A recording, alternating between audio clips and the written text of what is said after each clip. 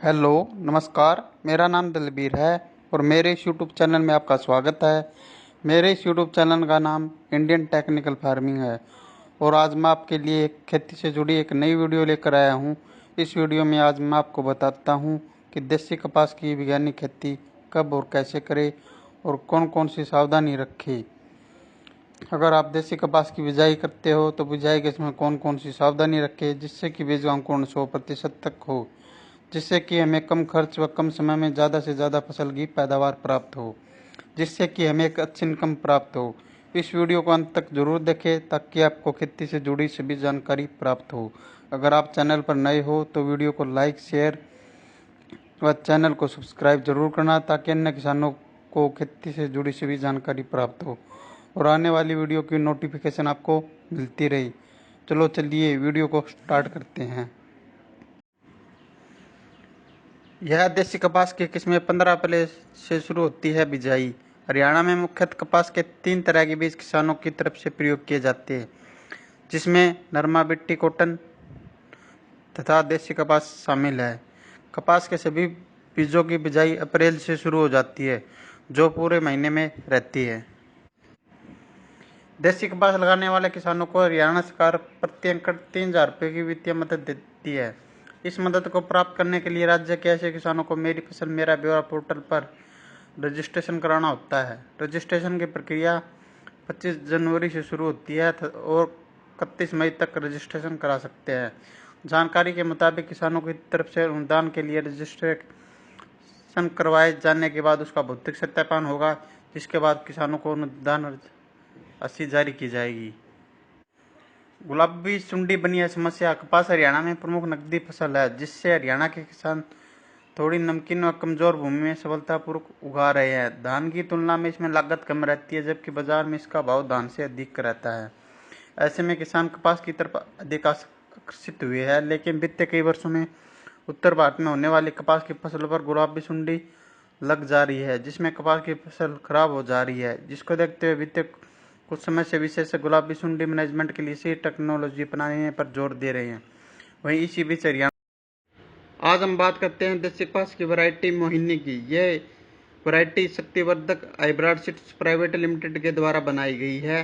इसका पौधा फैलावदार होता है।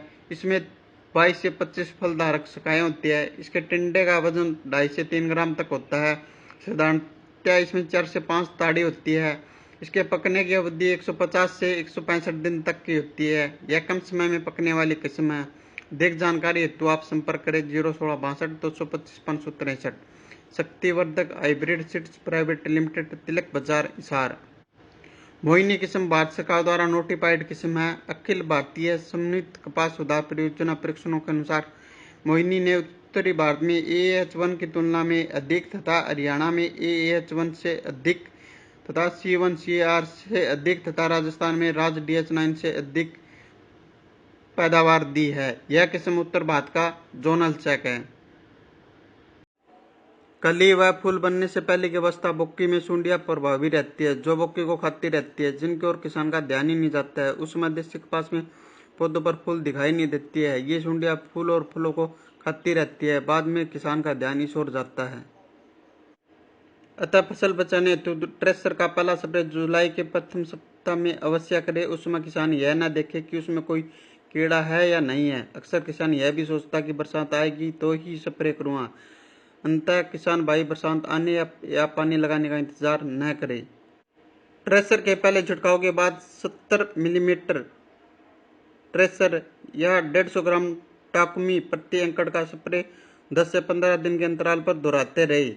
पुष्प अवस्था में NPK 19-19 के घोल तथा 50 मिलीलीटर प्लानोफिक्स का प्रति एकड़ छिड़काव अवश्य दोहराए। जब फल या टिंडे बनने आरंभ हो जाए तो उसमें 13-045 के स्प्रे को कम से कम 2 बार दोहराई, जिससे फलों को अधिक खुराक मिल सके। इससे आपकी पैदावार ज़्यादा होगी। कृपया ध्यान दें कि किसान भाई दवा का छिड़काव करते समय यह सुनिश्चित कर ले कि टैंक या टंकी से गेहूं की फसल में 2,4-D दवा का प्रयोग नहीं किया गया हो। आज हम बात करते हैं देसी कपास की वैज्ञानिक खेती के बारे में। नंबर 1, देसी कपास की बिजाई के लिए उपयुक्त समय। नंबर 2, खेत का चुनाव। नंबर 3, मिट्टी की जांच। नंबर 4, पानी की जांच। नंबर 5 भूमि। नंबर 6 जलवायु। नंबर 7 खेत की तैयारी। नंबर 8 फसल पद्धति या फसल चक्कर। नंबर 9 बीज का चुनाव, बीज की उन्नत किस्में, बीज का उपचार, बीज की मात्रा। नंबर 10 बिजाई या फसल की बुआई। नंबर 11 फसल की बुआई सिंचित तथा असिंचित क्षेत्रों में।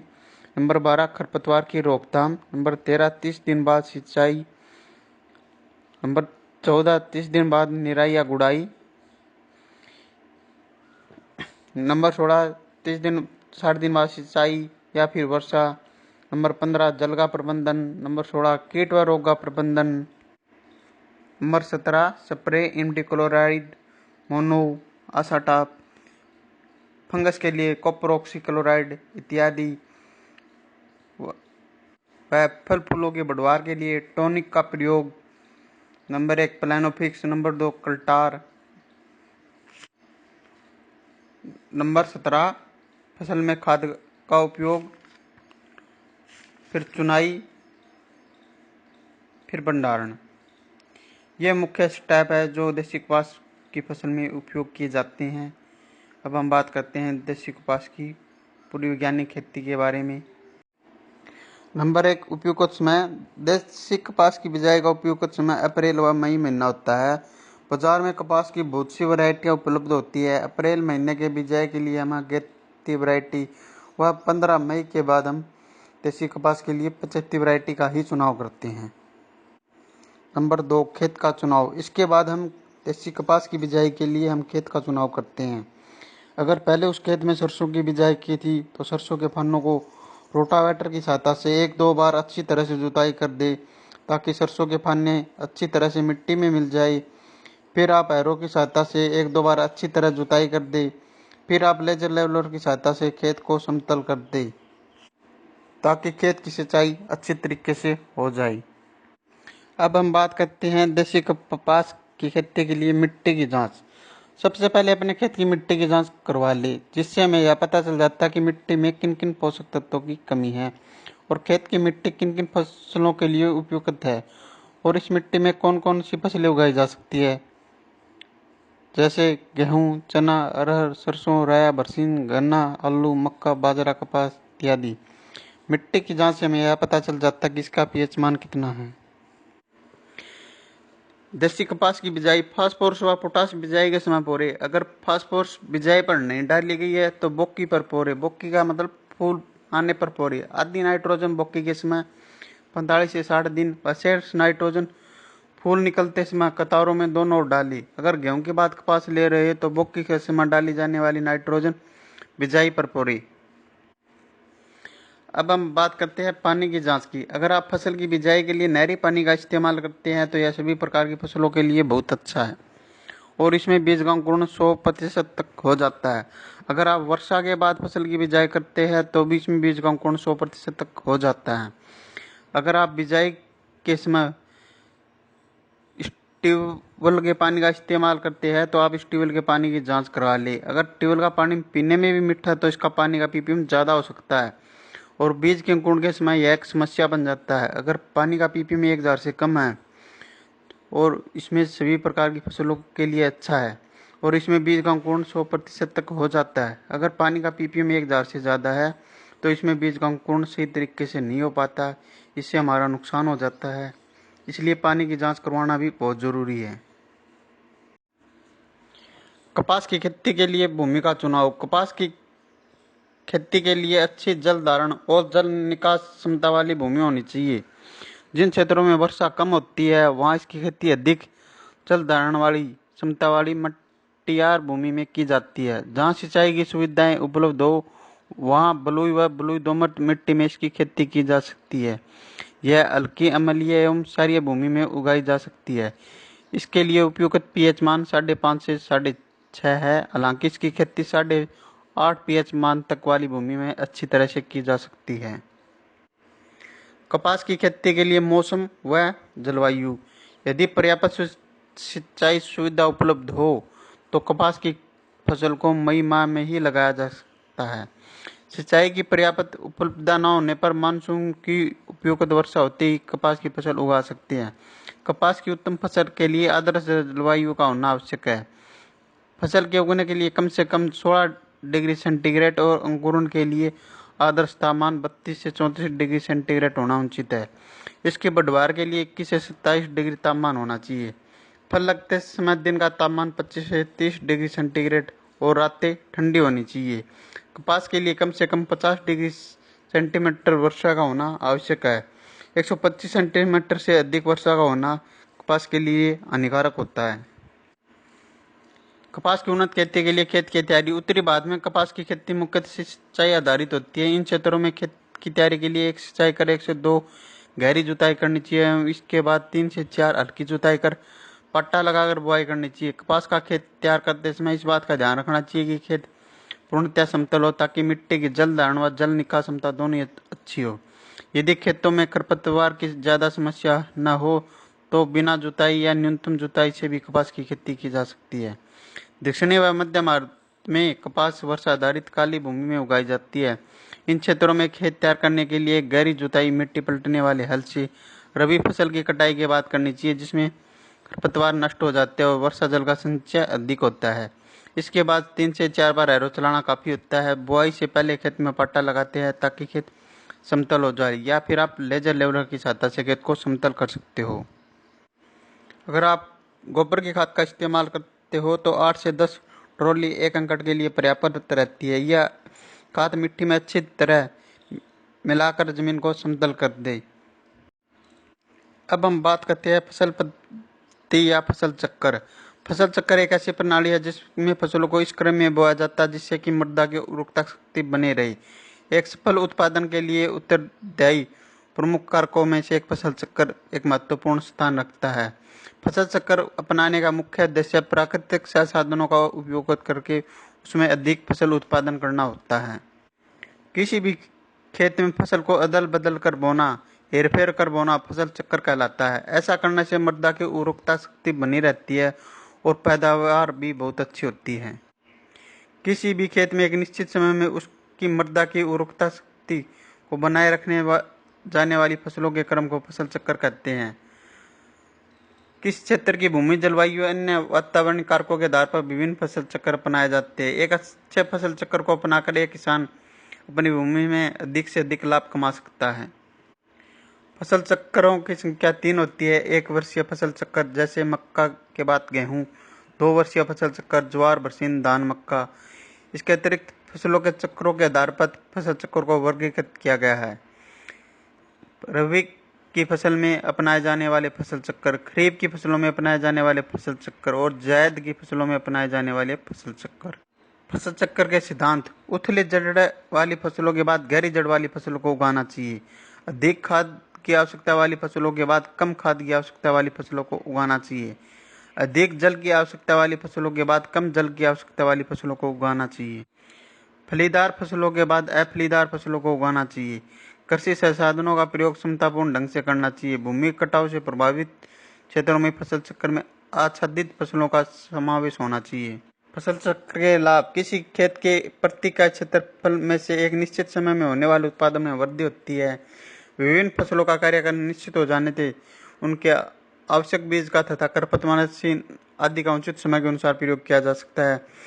फसल चक्र में गहरी कम उथली वाली जड़ों के सम्मिलित होने के कारण भूमि के ऊपर की सतह तथा नीचे की सतह से पोषक तत्वों का फसल चक्र द्वारा उचित व तेजी से अवशोषण होता है। एक फसल चक्र को अपनाने से मृदा संरक्षण में कमी आती है क्योंकि फसल चक्र में आच्छादन फसलों को सम्मिलित किया जाता है। कृषकों को वर्ष भर कार्य करने का अवसर मिलता है। फसल चक्र के लाभ। मृदा की उर्वरता शक्ति में वृद्धि होती है। मृदा के भौतिक, रासायनिक तथा जैविक गुणों में सुधार होता है। सघन फसल चक्रों को अपनाने से भूमि में जीवांश पदार्थ की मात्रा में वृद्धि होती है। उचित फसल चक्र को अपनाने से भूमि में पनपने वाले विभिन्न बीमारियों के प्रभाव में कमी आती है। फसल चक्र अपनाने से कीटों तथा खरपतवारों पर भी नियंत्रण होता है। अब हम बात करते हैं देसी कपास के लिए बीज का चुनाव, बीज की किस्म या वैरायटी या बीज का उपचार, बीज की मात्रा। हमें अपने खेत में फसल की बिजाई करते समय ऐसे बीज का चुनाव करते हैं जो कि अपने क्षेत्र और एरिया के हिसाब से ठीक हो।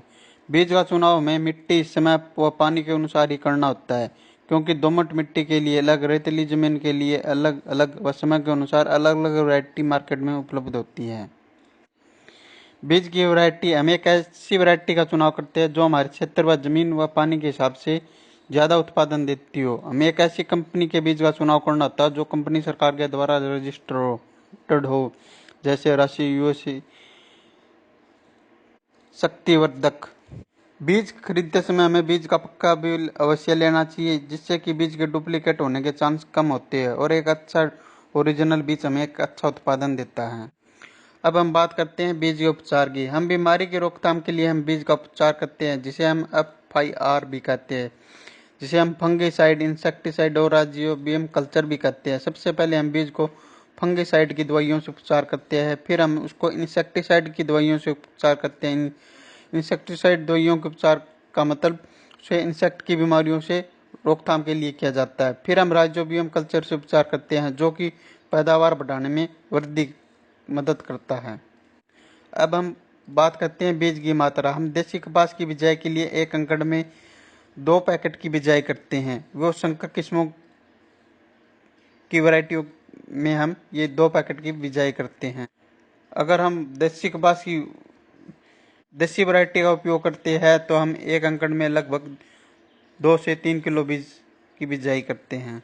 लगभग सभी संकर किस्मों का ही उपयोग करते हैं, क्योंकि संकर किस्में ज़्यादा उत्पादन देती है, जैसे KR 64।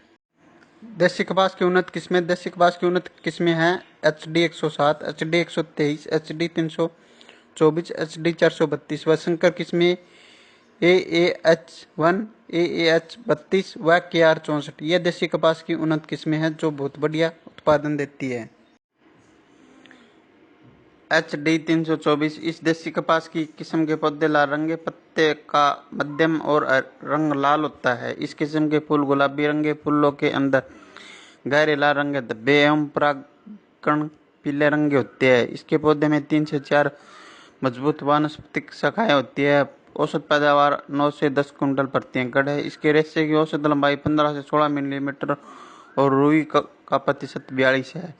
यह किस्म पकने में 175 से 180 दिन लेती है, इसलिए कपास, गेहूं फसल चक्कर के लिए उपयुक्त है। यदि इस किस्म की बुआई या बिजाई 15 अप्रैल माह के पहले पखवाड़े में की जाए तो अधिक पैदावार के साथ साथ रेशे की गुणवत्ता में भी अच्छी सुधार होती है। बिजाई या फसल की बुआई। बिजाई, अगर आप मशीन की सहायता से खाद की बिजाई वह बीज की बुआई एक साथ कर सकते हैं। हमें बीज की बिजाई सुबह या शाम के समय ही करनी चाहिए। बिजाई के समय हमें लाइन से लाइन की दूरी 3 फुट व बीज से बीज की दूरी 1 फुट व बीज की गहराई 8 से 10 सेंटीमीटर रखनी चाहिए। बिजाई के समय बीज गिल्ली मिट्टी में ही डलना चाहिए व इसके ऊपर 5 से 6 सेंटीमीटर जमीन की परत चढ़ जानी चाहिए, ताकि बीज का जर्मिनेशन अच्छी तरीके से हो सके और बीज का अंकुरण सही तरीके से हो सके। फसल की बुआई सिंचित तथा असिंचित क्षेत्रों में। फसल की बुआई सिंचित क्षेत्रों में नहरी पानी से की जा सकती है व असिंचित क्षेत्रों में वर्षा के आधार पर इसकी बिजाई की जा सकती है। खरपतवार की रोकथाम। खरपतवार की रोकथाम के लिए हमें बिजाई के तुरंत बाद पेंडामेलिथियान 30% EC का ही छिड़काव करना चाहिए। 500 मिलीमीटर दवाई को 250 लीटर पानी में उसका घोल बनाकर उसके ऊपर 1 एकड़ में उसका छिड़काव करना चाहिए। इससे खरपतवारों का जर्मिनेशन नहीं होगा। अब बात करते हैं कपास की खेती के लिए निराई गुड़ाई एवं सिंचाई। पहली निराई गुड़ाई अंकुरण के 20 से 25 दिन के बाद करनी चाहिए। यदि फसल में सिंचाई की जरूरत पड़े तो हल्की सिंचाई करनी चाहिए। इससे कीट व रोग असर कम रहता है एवं अच्छी पैदावार होती है। वहीं अगर बारिश ज़्यादा हो जाए तो हमें सिंचाई की आवश्यकता कम पड़ती है। जल प्रबंधन। कपास की खेती में जल का प्रबंधन भी होना बहुत जरूरी है, क्योंकि अगर ज़्यादा बारिश हो जाए तो हमें जल निकास का प्रबंधन करना चाहिए। ये आप पंप की सहायता से कर सकते हो। कपास की खेती के लिए खाद एवं उर्वरक। कपास की उन्नत किस्मों की अच्छा पैदावार के लिए प्रति हेक्टेयर नाइट्रोजन 80 से 120 किलोग्राम, फास्फोरस 40 से 60 किलोग्राम, पोटास 20 से 30 किलोग्राम, सल्फर 25 किलोग्राम देना चाहिए। जबकि संकर व बीटी किस्म के लिए प्रति hectare nitrogen 150 kilogram, phosphorus 75 kilogram, potash 40 kilogram एवं सल्फर 25 किलोग्राम पर्याप्त होता है। सल्फर की पूरी मात्रा बुआई गैस में तथा नाइट्रोजन की 15% मात्रा बुआई गैस में, बाकी मात्रा 3 बराबर भागों में 30, 60, 90 दिन के अंतराल पर देना चाहिए। वही फास्फोरस व पोटाश की आधी मात्रा बुआई गैस में तथा आधी मात्रा 60 दिन के बाद देना चाहिए। वहीं अच्छी पैदावार के लिए अब हम बात करते हैं कपास की फसल में लगने वाले प्रमुख कीट। गुलाबी सुंडी कपास की फसल के लिए अगर कोई सबसे बड़ा दुश्मन कीट है तो वह है गुलाबी सुंडी, जो अपना पूरा जीवन उसके पौधे पर बिताती है। यह कपास के छोटे पौधे, कली व फूल को नुकसान पहुंचाकर पूरी फसल को नष्ट कर देती है। इसका प्रकोप हर साल होता है। प्रबंधन: इसके नियंत्रण के लिए कोरोमंडल के कीटनाशक फेंडाल 50% ईसी का छिड़काव करें। फेंडाल एक बहुआयामी कीटनाशक है। यह कीड़े पर लंबे समय तक नियंत्रण रखता है। इसके अलावा इसमें तेज तीखी गंध होती है जो वयस्क कीट को अंडा देने से रोकती है। सफेद मक्खी: यह कीट देखने में पीले रंग का होता है, लेकिन इसका शरीर सफेद मोम जैसे पाउडर से ढका होता है। यह पौधे की पत्तियों पर एक चिपचिपा तरल पदार्थ छोड़ता है एवं पत्तियों का रस चूसता है। प्रबंधन: सफेद मक्खी कीट प्रबंधन के लिए कोरोमंडल का फिनियो कीटनाशक का प्रयोग करें। फिनियो में 2 अनोखी कीटनाशकों की जोड़ी है जो 2 विभिन्न कार्यशैलियों से काम कर सकते हैं। इसके अलावा यह पाइटोरानिक प्रभाव से युक्त है, जिसमें कीड़ों का तुरंत और लंबे समय तक समाप्त करने की क्षमता होती है। यह सफेद मक्खी के सभी चरणों जैसे अंडा, निप, वयस्क को एक बार में समाधान उपलब्ध कराता है। इसकी प्रति एकड़ 400 से 500 मिलीमीटर की मात्रा की जरूरत पड़ती है। अब हम बात करते हैं माहू या फिट कीट की। यह बेहद कोमल कीट होता है जो दिखने में मटमैले रोग का होता है। माहू कीट कपास की पत्तियों को खुरचकर उसका रस चूस लेता है। इसके बाद पत्तियों पर एक चिपचिपा पदार्थ छोड़ता है। प्रबंधन: इसकी कीट की रोकथाम के लिए कोरोमंडल के फिनियो कीटनाशक का छिड़काव करें। अगर आप दूसरे कीटनाशक का छिड़काव कर सकते हो तो आप डॉक्टर की सहायता के अनुसार। तेला कीट: काले रंग का यह कीट पौधों की पत्तियों को खुरचकर उसका रस पी जाता है। इसके लिए बाजार में बहुत सी कीटनाशक दवाइयाँ उपलब्ध है। आप तेला कीट के लिए संपर्क करें। हरा मच्छर: यह देखने में 5 भुजाएं कर और पीले रंग का होता है। इसके कीट के आगे के पंखों पर एक काला धब्बा पाया जाता है जो कपास की शिशु एवं वयस्क अवस्था में पत्तियों का रस चूसता है, जिससे पत्तियां पीली पड़कर सूखने लगती है। प्रबंध: इसके कीट के प्रबंध के लिए पूरे खेत में प्रति एकड़ 10 पीले प्रपंच लगाने चाहिए। इसके अलावा 5 मिलीमीटर नीम तेल को 1 मिलीमीटर टिनोपाल या सैंडोविट को प्रति लीटर पानी के साथ घोल बनाकर छिड़काव करें। मीलीबग: इस प्रजाति के कीट की मादा पंखविहीन होती है, वहीं इसका शरीर सफेद पाउडर से ढका होता है। हालांकि इस कीट के शरीर पर काले रंग के पंख होते हैं तो सुखाव, तन्ने, फूल, पूरी, पर्णवर्त तथा घंटों का रस चूस जाता है। इसके बाद इस मीठा चिपचिपा पदार्थ छोड़ता है। इस कीट प्रबंधन की रोकथाम के लिए पूरे खेत के आसपास पीले प्रपंच लगाएं। अब हम बात करते हैं कपास की फसल में लगने वाले प्रमुख रोग। नंबर 1 जीवाणु झुलसा एवं कोणीय धब्बा रोग। नंबर 2 मायरोथोसिस पत्ती धब्बा रोग। नंबर 3 अल्टरनेट या पत्ती धब्बा रोग। नंबर 4 पौध अंगमारी रोग। जीवाणु झुलसा एवं कोणीय धब्बा रोग: यह रोग पौधे के वायवीय भागों को नुकसान पहुंचाता है, जहां छोटे गोल धब्बे बन जाते हैं जो बाद पीले पड़ जाते हैं। यह कपास की सह-पत्तियों और घंटों को भी नुकसान पहुंचाता है। इस रोग के कारण घंटा समय से पहले ही खुल जाता है, जिससे रेशा खराब हो जाता है। इसके रोकथाम के लिए अनुशंसित कीटनाशक का ही प्रयोग करें। नंबर 2 मायरोथिसियम पत्ती धब्बा रोग: इस रोग के कारण पत्तियों पर हल्के और बाद में बड़े भूरे धब्बे बन जाते हैं। इसके बाद पत्तियां टूटकर नीचे गिर जाती है। इससे 25 से 30% उत्पादन में कमी आ जाती है। रोकथाम के लिए अनुशंसित कीटनाशक का ही प्रयोग करें। अल्टरनेट या पत्ती धब्बा रोग: मौसम में अत्यधिक नमी के कारण पत्तियों पर हल्के भूरे रंग के धब्बे बन जाते हैं, जिसके कारण आखिर में पत्तियां टूटकर गिर जाती है। ठंडे में मौसम में इस रोग उग्रता अधिक होती है। इसके रोकथाम के लिए अनुशंसित कीटनाशक का ही या डॉक्टर के परामर्श के अनुसार ही इस कीटनाशक का प्रयोग करें।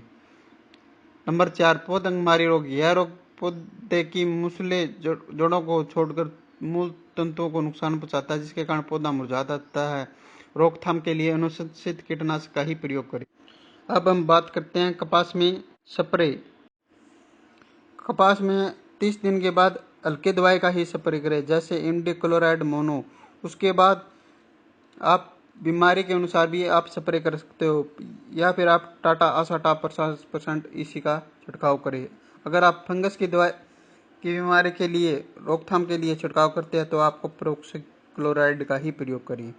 अगर आपके खेत में फल फूलों की संख्या को बढ़ाना चाहते हो तो प्लानोफिक्स कल्टार जैसे टॉनिक का प्रयोग करें, जो खेत में फूलों की संख्या में बहुत भारी मात्रा में जबरदस्त वृद्धि करता है, जिससे फूलों की संख्या में वृद्धि होती है, वह फूलों का झड़ना बंद हो जाता है, जिससे उत्पादन में भारी वृद्धि होती है। अब बात करते हैं उत्पादन की। कपास की खेती से उत्पादन। कपास की चुनाई लगभग नवंबर व दिसंबर के पहले सप्ताह तक हो जाती है। इसकी उत्पादन की बात करें तो प्रति हेक्टेयर 20 से 25 क्विंटल पर हेक्टेयर तक उत्पादन हो जाता है। वही बिट्टी किस्मों का लगभग 30 क्विंटल तक उत्पादन होता है। इसकी चुनाई कर ली जाती है और फिर इसका भंडारण कर लिया जाता है। अगर आपको ये वीडियो पसंद आए तो इस वीडियो को ज़्यादा से ज़्यादा लाइक, शेयर, कमेंट करें व इंडियन टेक्निकल चैनल को सब्सक्राइब करें।